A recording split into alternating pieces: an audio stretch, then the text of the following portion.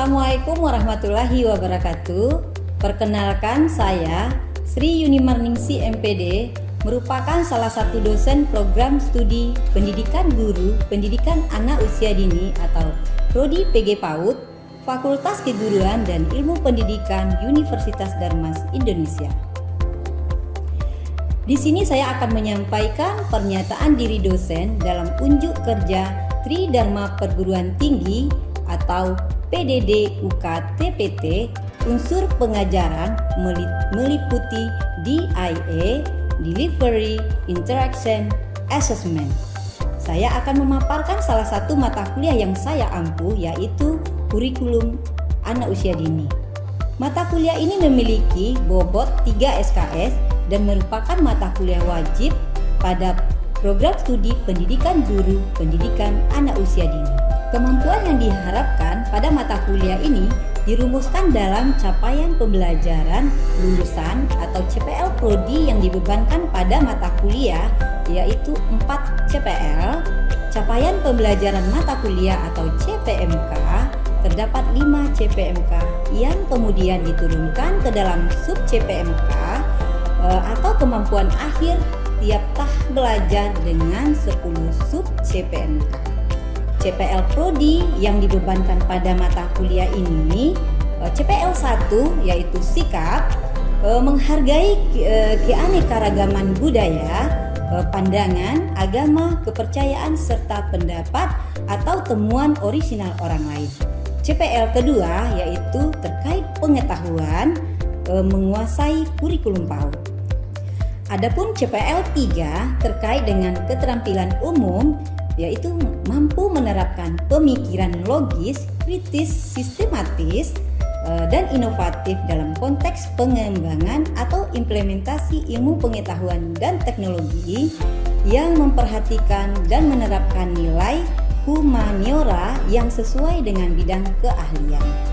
Sementara CPL 4 merupakan keterampilan khusus, mampu menelaah dan mendesain kurikulum PAUD yang adaptif terhadap tantangan serta mengembangkan model-model pembelajaran anak usia dini dengan berbagai sumber belajar yang menyesuaikan dengan berbagai situasi dan tantangan dalam implementasi kebijakan PAUD melalui pendekatan inter dan multidisipliner. Capaian pembelajaran pada mata kuliah ini atau CPMK terdapat 5 CPMK. CPMK 1 adalah mahasiswa mampu memahami konsep dasar kurikulum. CPMK 2, mahasiswa mampu memahami kurikulum pendidikan anak usia dini.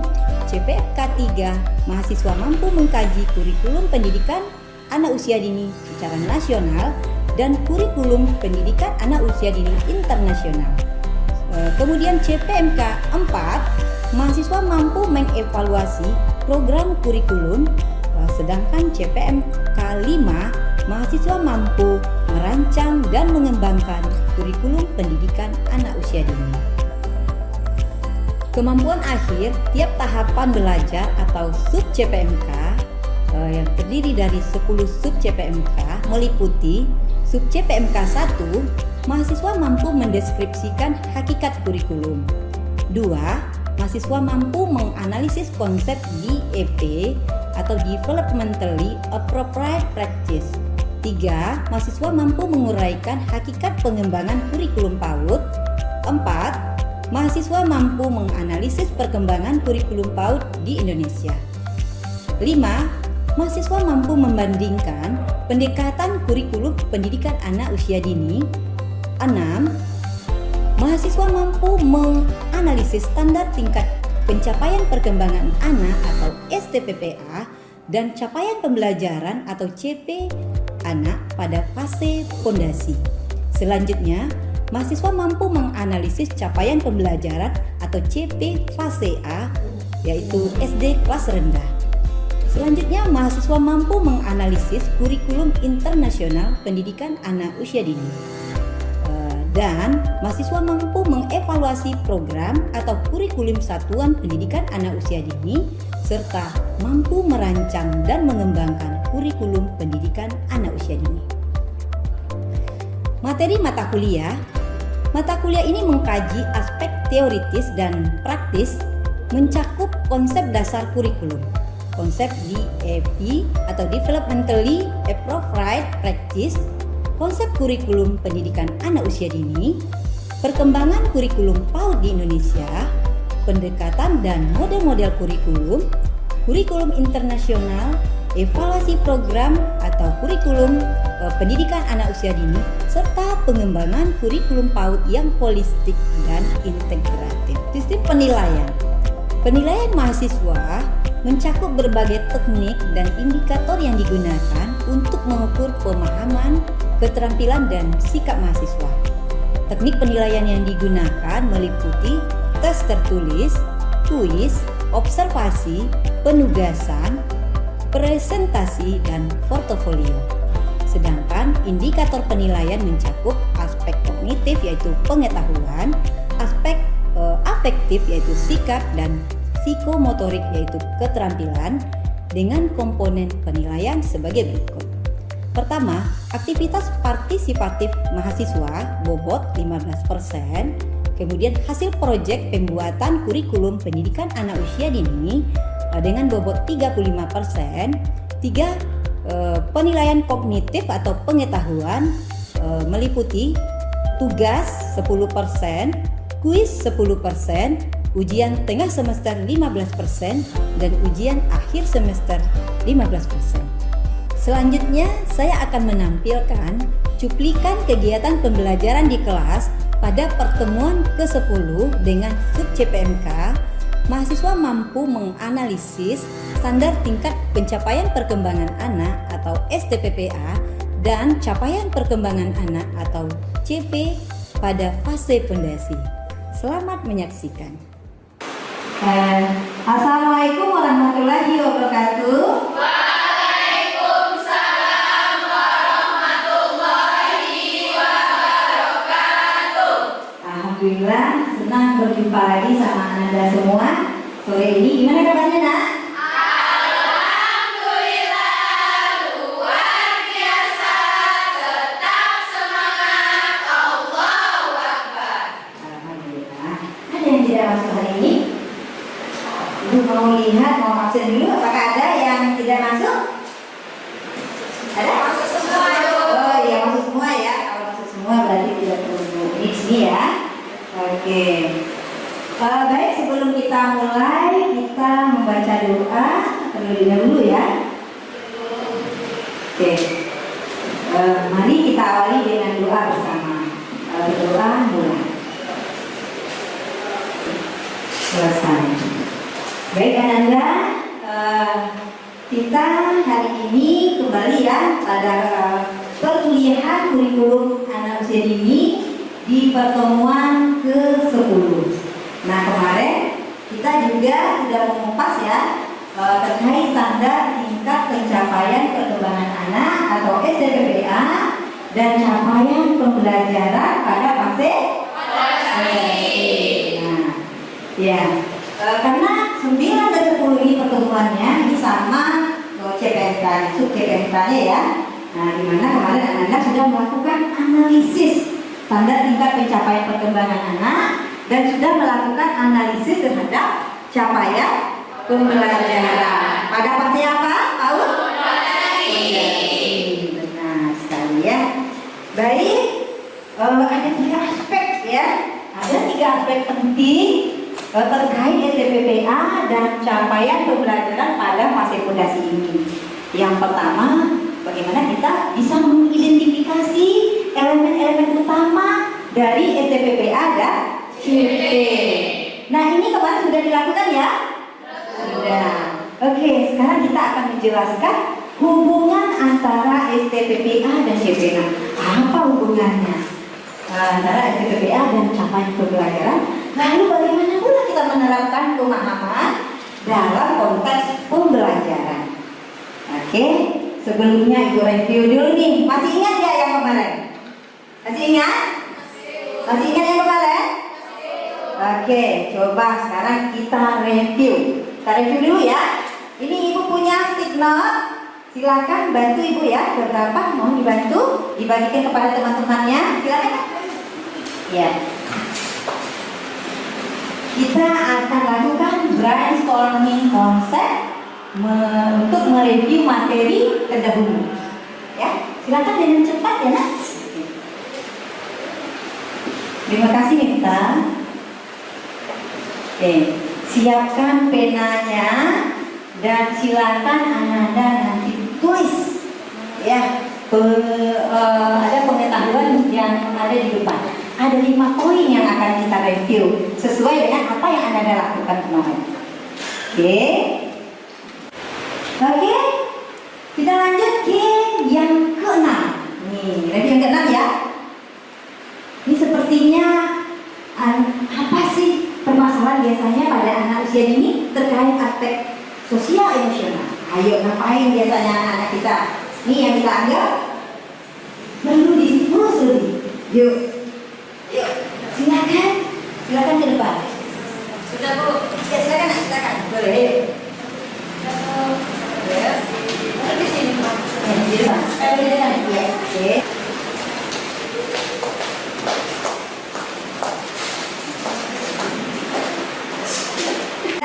Pada pertemuan kemarin coba Ibu buka perwakilan dari Anda.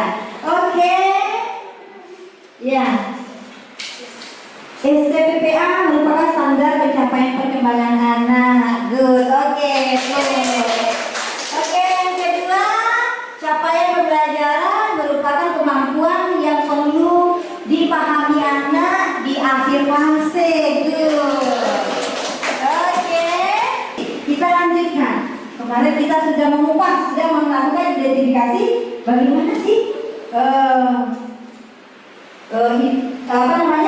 capaian pembelajaran dan standar tingkat pencapaian perkembangan anak. Nah, kita akan lanjutkan apa kaitannya capaian pembelajaran dengan STPPA. Oke. Nih, ya kan?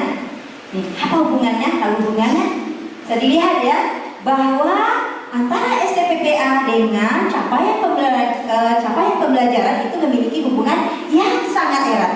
Tidak bisa dipisahkan ya.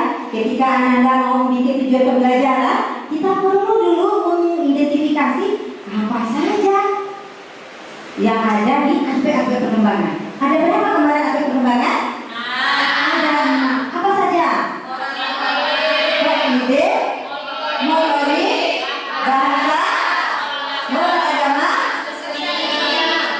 satu lagi sosial emosional. Lalu kita kaitkan dengan apa? Dengan capaian pembelajaran. Apa yang perlu anak-anak kuasai? Ya, ada berapa nih? Ada berapa elemen di CP itu? Ada 3 elemen. Lalu kita ngaji. Ya, baru nanti bisa kita tetapkan tujuan pembelajaran. Paham nggak? Paham? Terlalu cepat Ibu? Ya, oke. Pertama yang kita lakukan, kita lihat dulu aspek-aspek perkembangan. Yang berapa tadi?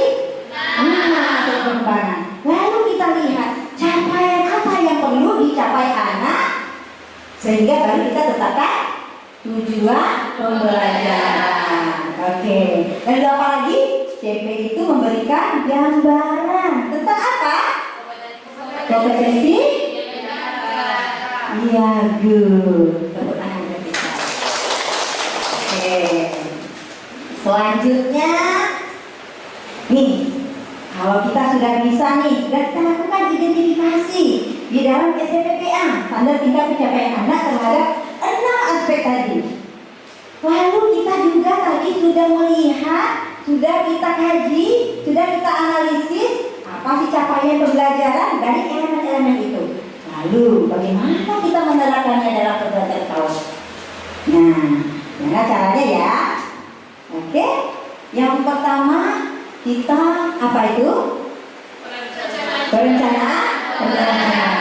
Oke, sekarang bagaimana penerapannya dalam pembelajaran tahun? Nah, Ibu akan jelaskan sedikit ya. Ya, pertama ini akan terkait dengan perencanaan pembelajaran. Kenapa? Jadi ada yang tahu ya? Kenapa dalam perencanaan pembelajaran kita perlu dulu mengidentifikasi CP dan SPPPA. Ya, ada yang tahu? Karena harus sesuai dengan kebutuhan dan perkembangan anak. Iya, tepuk tangan dari ini. Iya, agar kita bisa tahu kebutuhan anak sehingga sesuai dengan kebutuhan dan perkembangan anak. Oke, kemudian bagaimana lagi? Ya, agar kita bisa menyiapkan media pembelajaran yang sesuai. Nah, media pembelajaran ini tidak perlu mahal-mahal ya, tetapi bagaimana yang dekat dengan anak dan kita sediakan secara kontekstual. Bisa bersumber dari bahan yang ada di sekitar kita, bisa bersumber dari apa lagi? Dari alam, dari bahan bekas. Gitu, tepuk tangan buat kita semua ya. Oke.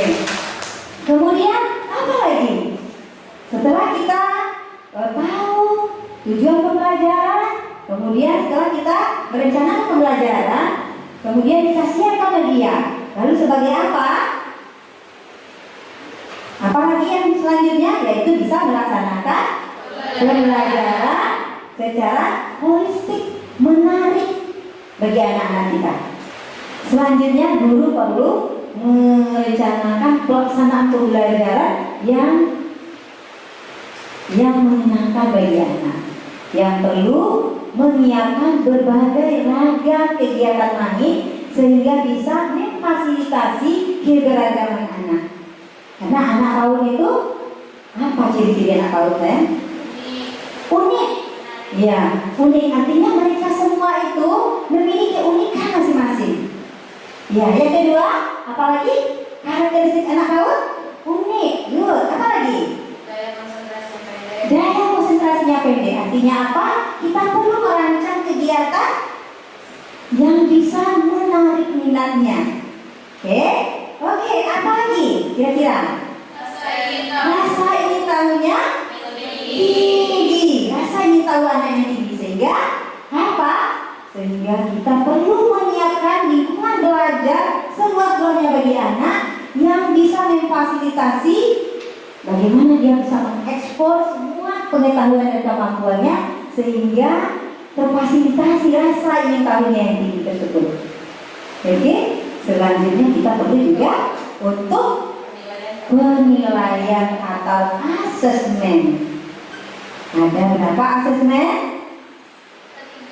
Ya, ada asesmen formatif dan ada asesmen sumatif. Oke, untuk apa asesmen formatif? Iya, oke. Ada dilakukan asesmen awal, good. Kemudian asesmen formatif juga kita laksanakan selama proses pembelajaran. Untuk apa?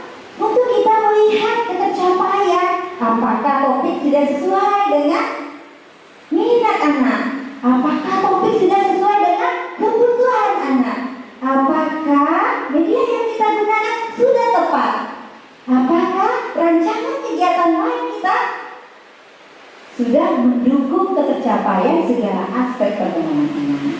Oke, sekarang Ibu ingin bertanya. Apakah ada Ananda yang ingin bertanya? Baiklah, Assalamualaikum warahmatullahi wabarakatuh. Izin bertanya sebelumnya Ibu, Ya. dalam merencanakan pembelajaran, apakah perlu memasukkan semua aspek perkembangan? Baik, pertanyaan yang bagus dari Ananda Ica. Oke, Ibu ulangi ya. Apakah dalam merencanakan pembelajaran kita perlu memasukkan semua aspek perkembangan anak?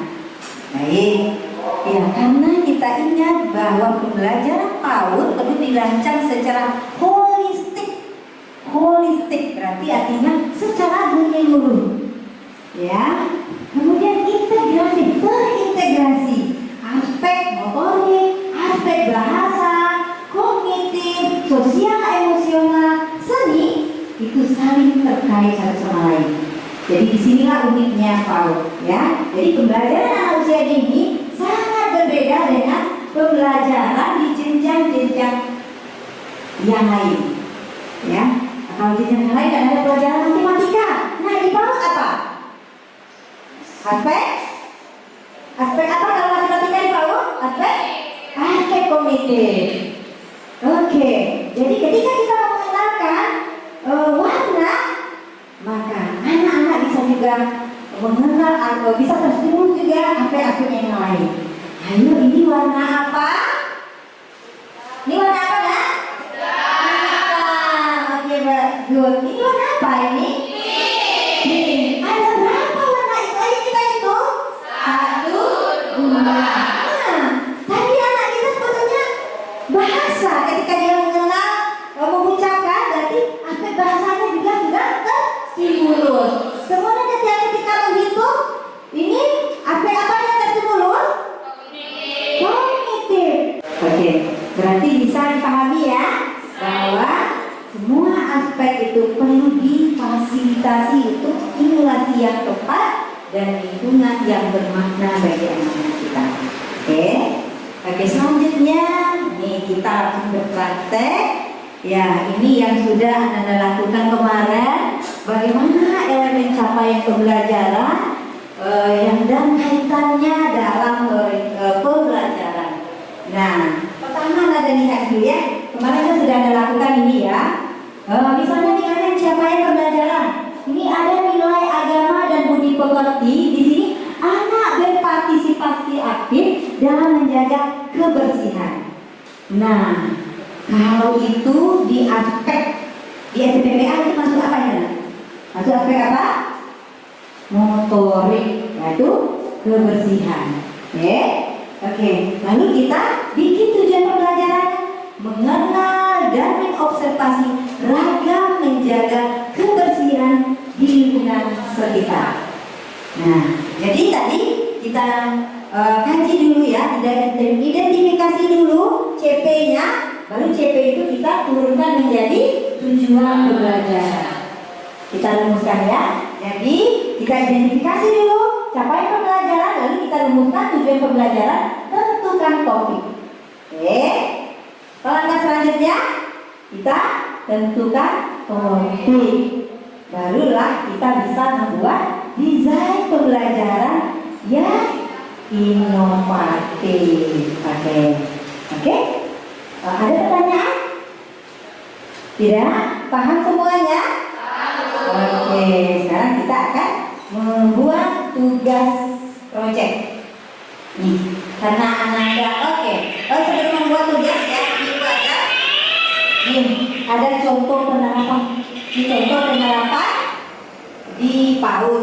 Nah, ini ada contoh penerapannya ya. Ini penggunaan puzzle.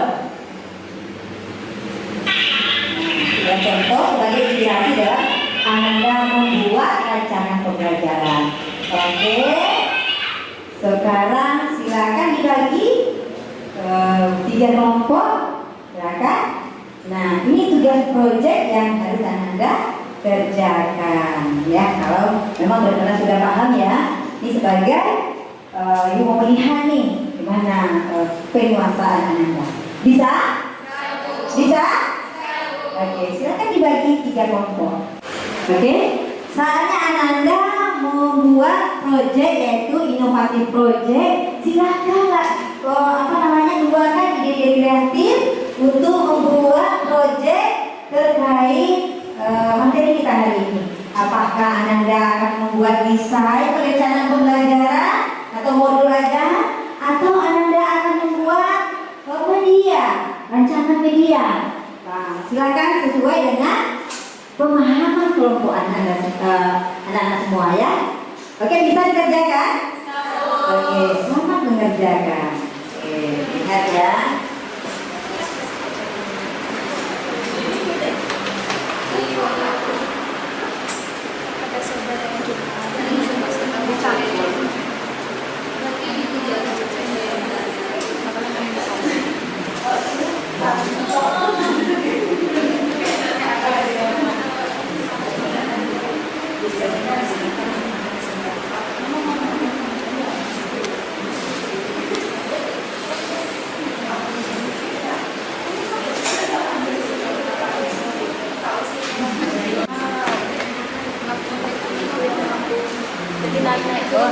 Ini ya? Iya.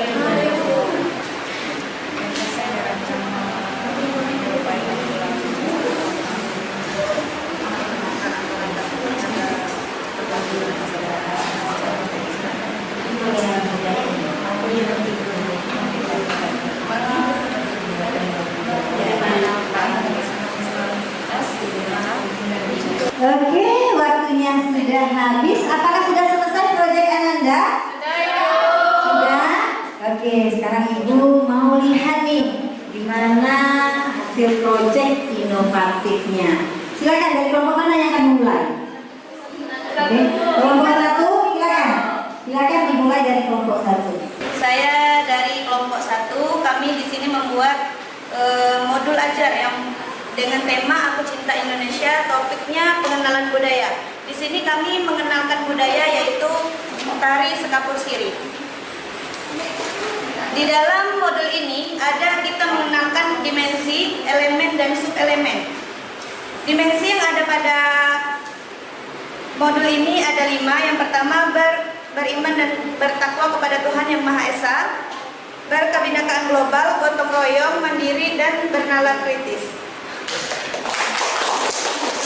Oke, selanjutnya kelompok 2. Kelompok 2 yang mana? Oke, sekarang kelompok 2 siapa yang mau menyampaikan waktu?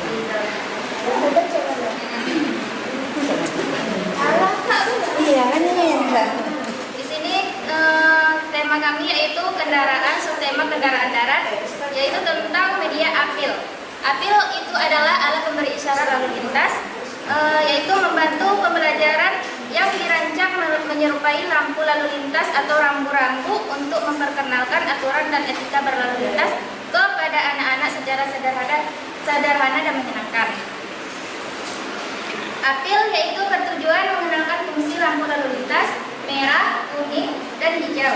Adapun bentuk apil berupa miniatur jalan, miniatur simpang, dan rambu lalu lintas yaitu seperti dilarang masuk, dilarang parkir, dan pejalan kaki. Kami dari kelompok 3, Bu, yaitu ingin memanfaatkan benda alam, Bu, yaitu di sana di tempat di sana tuh banyak tanaman jagung, Bu. Jadi kami memanfaatkan benda alam. Nah, jadi kami akan memanfaatkan benda jagung, Bu. Kami olah menjadi jagung jagari, Bu, atau disebut dengan jagung menari. Jagung menari itu yaitu suatu percobaan di mana nantinya jagung akan dimasukkan ke dalam gelas lalu dikasih air dan cuka dan soda. Nah, di sanalah nanti kita melihat reaksinya, Bu. Reaksi kimianya nanti jagung tersebut naik turun. Disebutlah jagung menari. Yang sudah melihat ya hasil proyek Anda semua, ya sangat kreatif. Ada yang membuat modul ajar, kemudian ada yang membuat media pembelajaran dari bahan bekas, yaitu apa tadi? Apil, alat pemberi isyarat lalu lintas. Nah, kemudian juga ada yang memanfaatkan sumber belajar dari alam sekitar, yaitu pemanfaatan jagung. Ya, ini kegiatan eksperimen tadi ya. Oke, sepertinya Anda sudah sangat paham. Ibu sangat bahagia. Apus buat kita semua. Baik, sebagai penutup kegiatan, adakah yang bisa menyimpulkan kegiatan kita, materi kita? Ya, silakan. Siapa yang bisa memberikan kesimpulan, menyimpulkan? Oke? Silakan.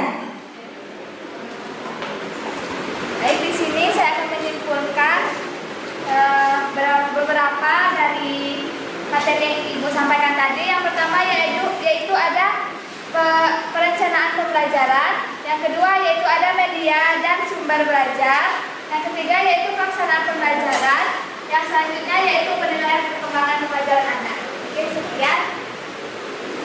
Oke, good. Tepuk tangan. Baik, anak-anak semua, cukup perkuliahan kita hari ini. Dan Ibu berharap Anda bisa menjadi inspirasi bagi guru-guru untuk membuat media yang kreatif dan inovatif. Oke, Ibu sudahi. Wassalamualaikum warahmatullahi wabarakatuh.